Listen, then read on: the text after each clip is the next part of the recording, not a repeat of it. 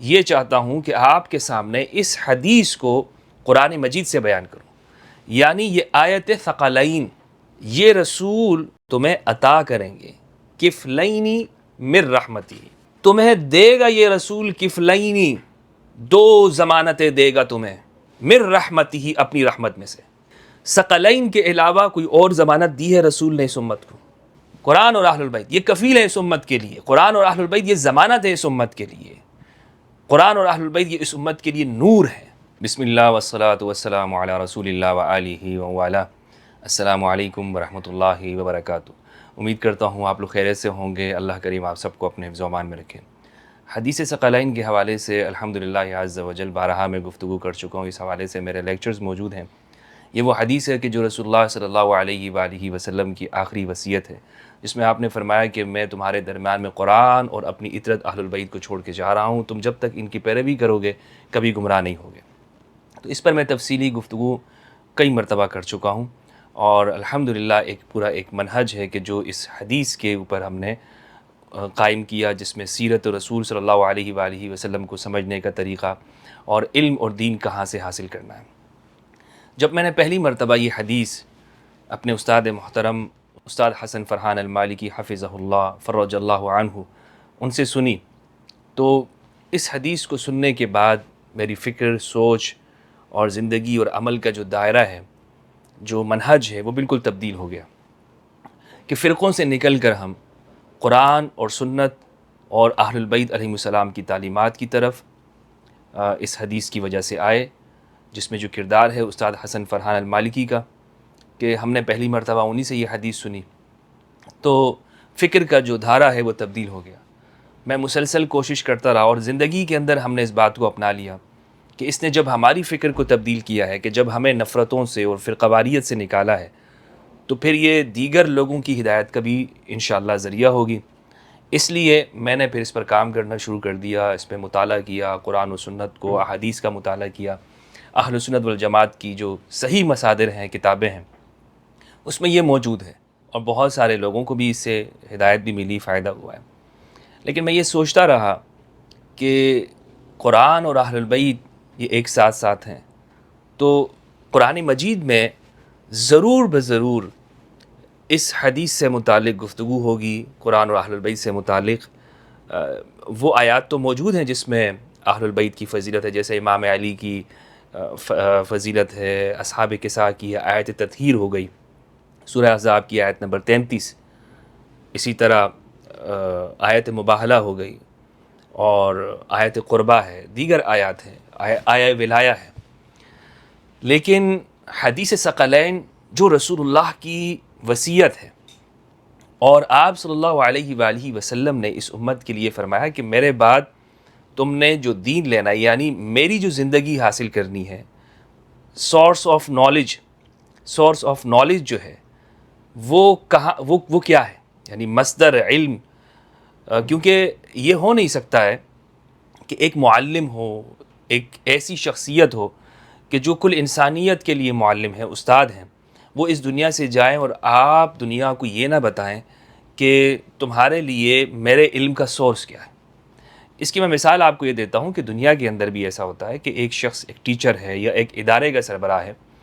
وہ ضرور یہ دنیا کو بتاتا ہے کہ بھائی میرا جو علم ہے نا، میرے بعد میری زندگی کو تم نے کہاں سے حاصل کرنا ہے۔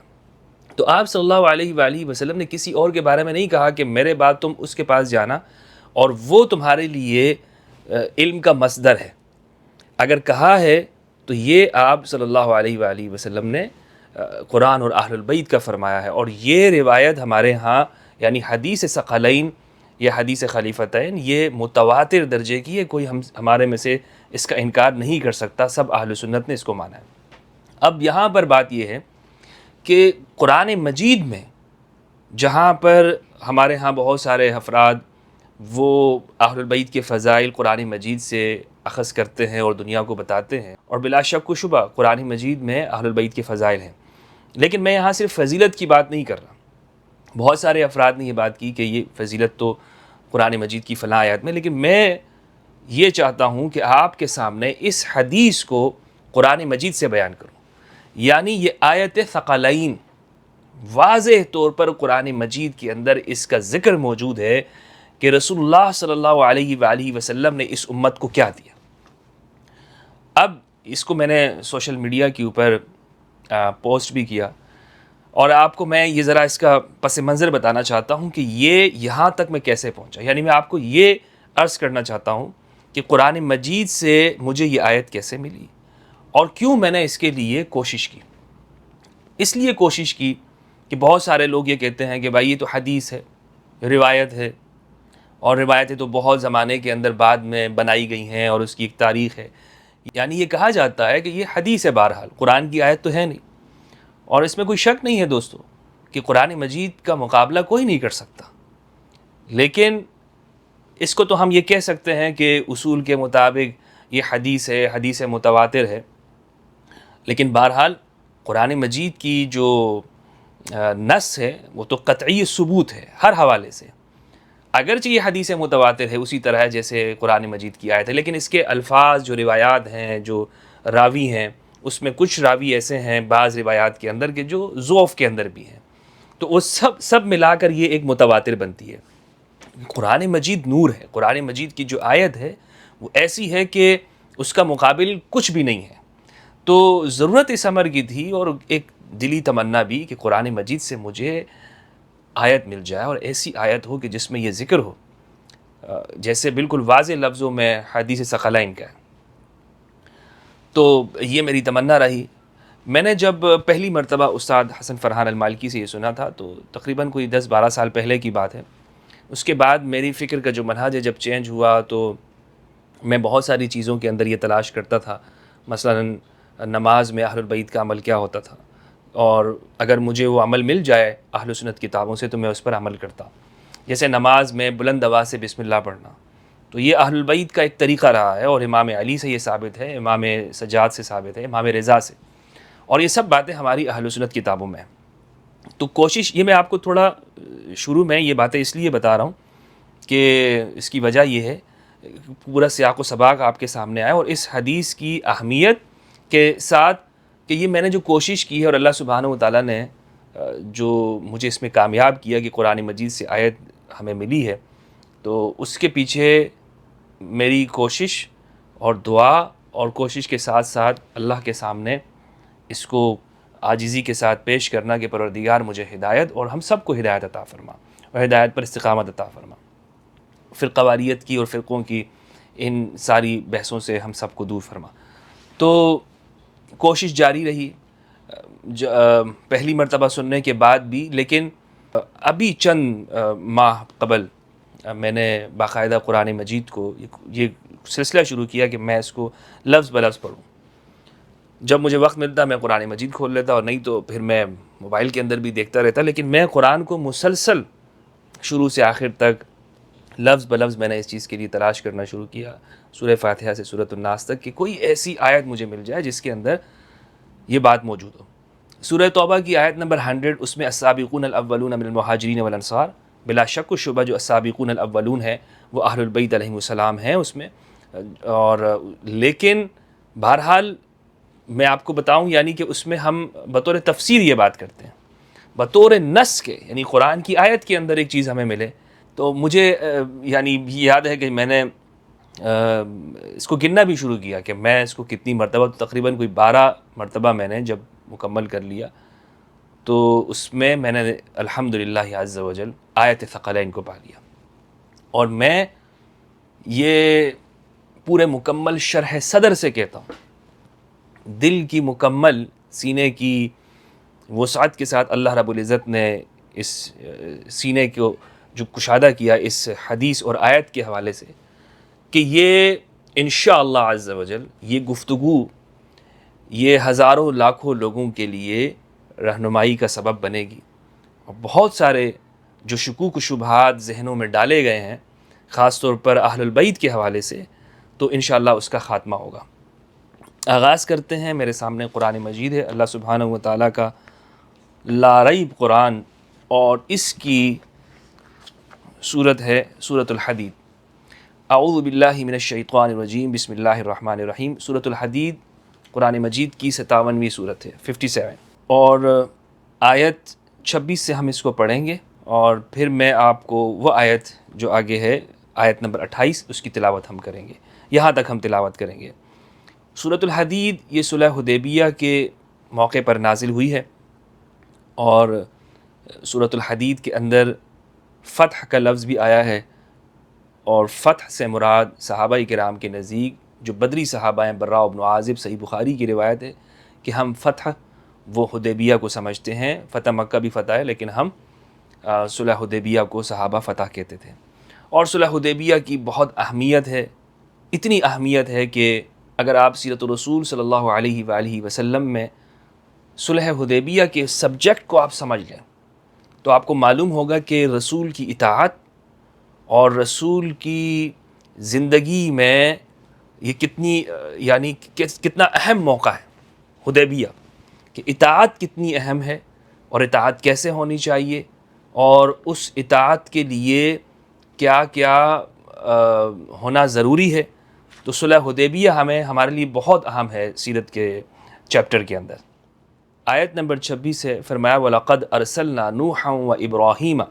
وَجَعَلْنَا فِي ذُرِّيَّتِهِمَا النُّبُوَّةَ وَالْكِتَابَ فَمِنْهُمْ مُهْتَدٍ وَكَثِيرٌ مِّنْهُمْ فَاسِقُونَ، اور البتہ تحقیق ہم نے بھیجا نوح کو، ابراہیم کو، اور ہم نے ان کی ذریت میں نبوت کو رکھ دیا اور کتاب کو رکھ دیا، ان میں سے ہدایت والے ہیں اور ان میں سے اکثر فاسق ہیں۔ آگے فرما پھر ہم نے ان کے پیچھے ثم قفینا علی آثارہم برسلنا وقفینا بعیسی ابن مریم وآتیناہ الانجیل، پھر ہم نے ان کے پیچھے اپنے رسول بھیجے اور ہم نے بھیجا عیسیٰ ابن مریم کو، اور ہم نے ان کو انجیل عطا کی، وجعلنا فی قلوب الذین اتبعوہ رأفۃ ورحمہ، اور ہم نے ان کی پیروی کرنے والوں کے دلوں میں نرمی اور رحمت رکھ دی، ورہبانیۃ ابتدعوها ما كتبنا علیہم الا ابتغاء رضوان اللہ فما رعوها حق رعایتها، پھر ان میں سے لوگوں نے رہبانیت کو، طریقہ کو ایجاد کر لیا، یعنی ایسے طریقے کو جو پہلے سے موجود نہیں تھا، اور اس کا مقصد یہی تھا کہ اللہ کی رضا تلاش کی جائے، لیکن انہوں نے اس کا بھرپور رعایت نہیں کی۔ فآتینا الذین آمنوا منہم اجرہم، جو ایمان والے تھے ان کو ہم نے ان کا بدلہ دے دیا، اور ان میں سے اکثر فاسق تھے۔ آیت نمبر 28 ہے، اس آیت پر میں چاہوں گا کہ آپ غور کیجئے گا، اور یہ آیت ہے آیت ثقلین۔ میں کیوں ایسا کہہ رہا ہوں؟ انشاءاللہ عز و جل ہم قرآن مجید کے مطالعے سے اس بات کو سمجھیں گے کہ یہ وہ آیت ہے کہ جو قرآن اور اہل البیت کے لیے واضح طور پر ہے۔ فرمایا یا ایھا الذین آمنوا، یا ایھا الذین آمنوا اتقوا اللہ، اے ایمان والو اللہ کا تقوی اختیار کرو، اللہ سے ڈرو، اپنی سوچ کی، اپنی فکر کی حفاظت کرو،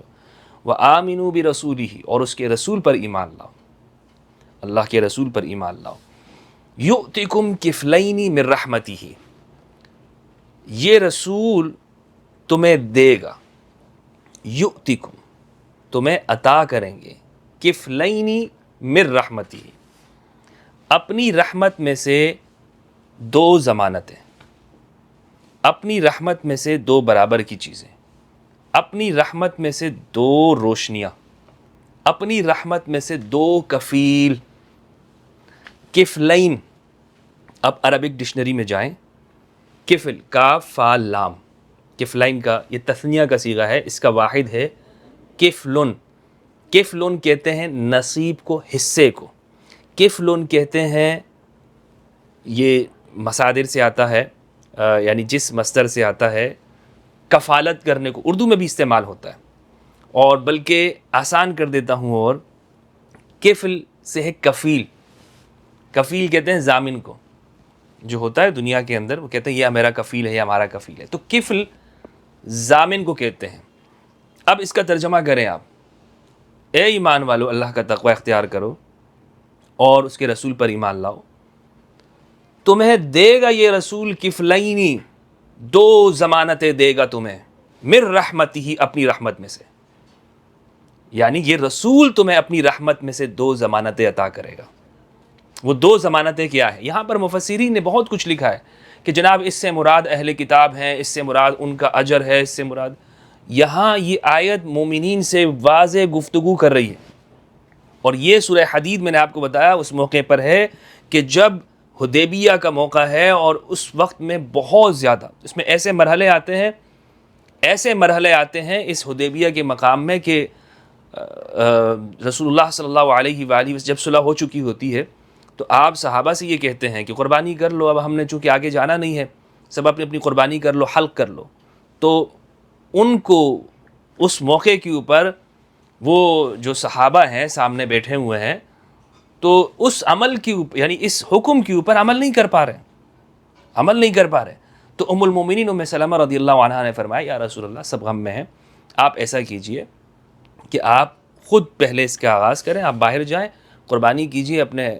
تو پھر آپ کو دیکھ کر صحابہ بھی کرنے لگ جائیں گے. تو آپ صلی اللہ علیہ وآلہ وسلم نے جب ایسا کیا تو پھر صحابہ نے بھی عمل کرنا شروع کر دیا. تو کسی نے اپنے آپ کو حلق کیا تھا، یعنی بالکل سر کو گنجا کر لیا تھا، اور کسی نے قصر کر لیا تھا، یعنی کینچی سے بال کاٹ لیے تھے. آپ صلی اللہ علیہ وآلہ وسلم نے اس موقع پر جو بالکل بال صاف کرنے والے ہیں سروں کے، ان کے لیے دعا کی، بار بار دعا کی.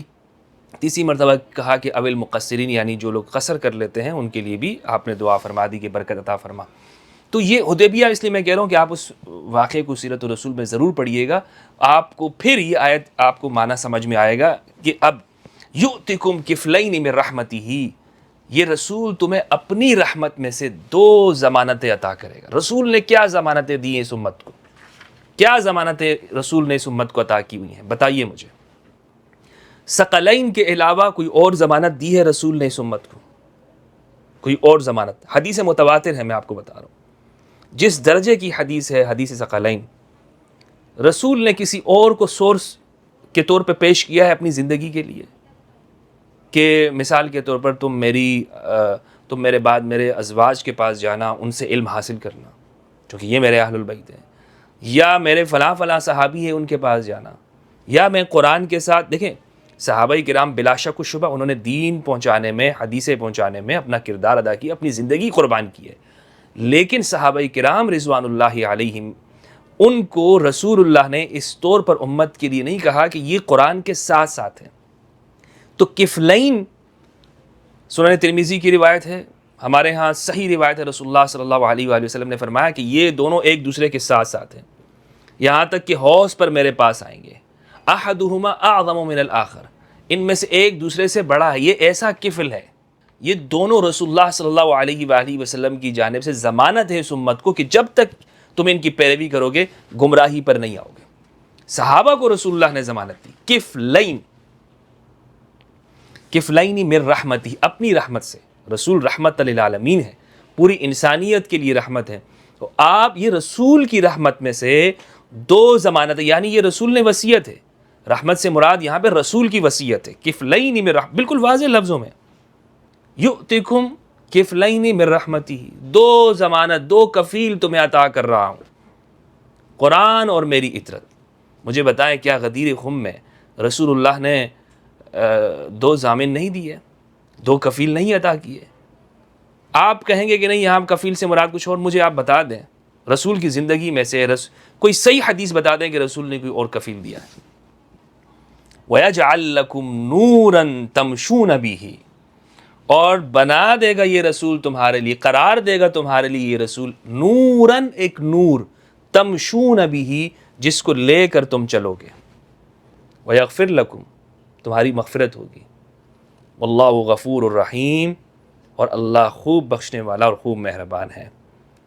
اچھا، اب یہ آیت ہے جس کو میں نے کہا کہ یہ آیت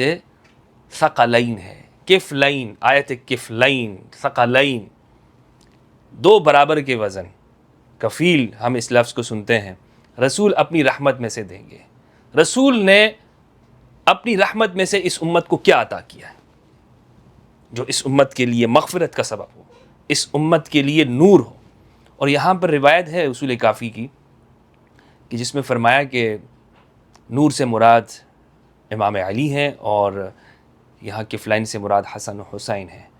یہ روایت موجود ہے. لیکن بہرحال ہم قرآن مجید کو اس کے ظاہر کو بھی دیکھیں تو ظاہر کو، اور پھر اہل سنت والجماعت کی صحیح کتابوں کے اندر جو موجود جو حدیث ثقلین ہے یا امرین ہے یا خلیفتین ہے، وہ یہ کفلین کے ساتھ بنتا ہے. آپ اس کا ترجمہ دیکھ لیں اور پھر رسول کی زندگی کو دیکھیں کہ آپ کو کیا معلوم ہوتا ہے. تو الحمدللہ عز وجل یہ آیت کفلین ہے۔ اب یہاں پر وہ شخص جو کہتا ہو نہیں جناب اس سے مراد یہ، ارے بھائی قرآن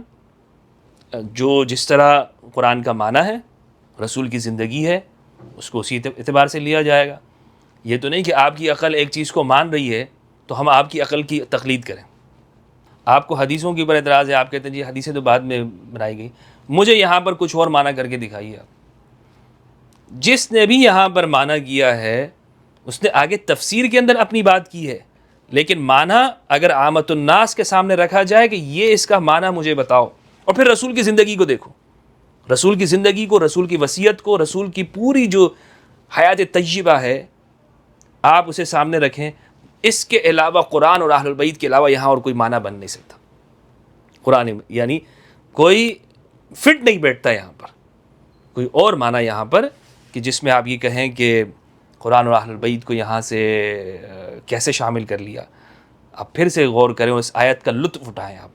یا ایھا الذین آمنوا اتقوا اللہ، اے ایمان والو اللہ کا تقوی اختیار کرو، وآمنوا برسولہ، اور اس کے رسول پر ایمان لاؤ، یؤتکم کفلین من رحمتہ، وہ اپنی رحمت میں سے 2 برابر کے وزن تمہیں عطا کرے گا، 2 ضمانتیں تمہیں عطا کرے گا۔ کفلین 2 ضمانتیں، یعنی 2 ایسی چیزیں کہ جو تمہارے لیے کفیل ہیں، 2 ایسی چیزیں کہ جو تمہارے کفیل ہیں۔ قرآن اور اہل البیت یہ کفیل ہے اس امت کے لیے، قرآن اور اہل البیت یہ ضمانت ہے اس امت کے لیے، قرآن اور اہل البیت یہ اس امت کے لیے نور ہے۔ وَيَجْعَلْ لَكُمْ نُورًا تَمْشُونَ بِهِ، اور ایسا نور کہ جسے لے کر تم چلو گے، جسے لے کر تم نے چلنا ہے آگے اور زندگی گزارنی ہے۔ تو الحمدللہ عز و جل یہ وہ آیت ہے کہ جو واضح طور پر کفلین ثقلین، کفلین ثقلین ایک ساتھ ساتھ ہیں۔ اللہ سبحانہ و تعالیٰ سے دعا ہے کہ پروردگار ہم سب کو قرآن مجید میں تدبر کرنے اور اہل البیت کی معرفت عطا فرمائے، اور ہم ان علوم کے مطابق زندگی گزار سکیں کہ جو اہل البیت کی علوم ہے۔ السلام علیکم ورحمۃ اللہ وبرکاتہ۔